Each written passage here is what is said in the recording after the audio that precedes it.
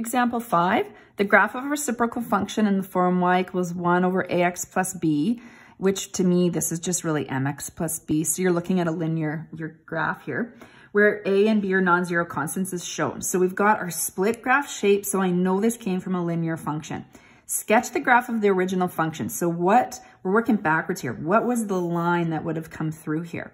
So for A, what we want to do is I just need 2 points for a line. So as long as I can find 2 points, one of the key points is I know that when I'm graphing, if you think back to the question above here, that my x-intercept became my vertical asymptote. So I know my asymptote is going to become my x-intercept. So there's going to be a point right there.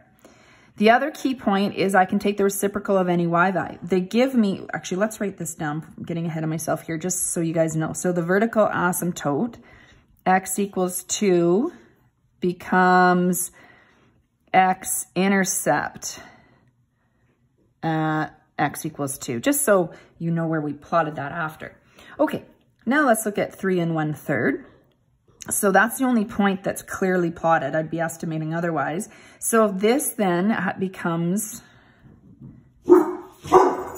3, 3. Sorry, don't mind my dog barking in the background. Becomes 3, 3 on your original graph. So y equals f of x. So we're going to plot, so where 3 1/3 is now becomes 3 and 3.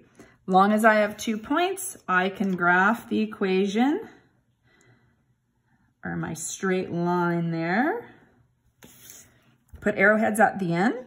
So that's my original graph. And it makes sense that you've got a straight line and you've got your split graph going through there as well.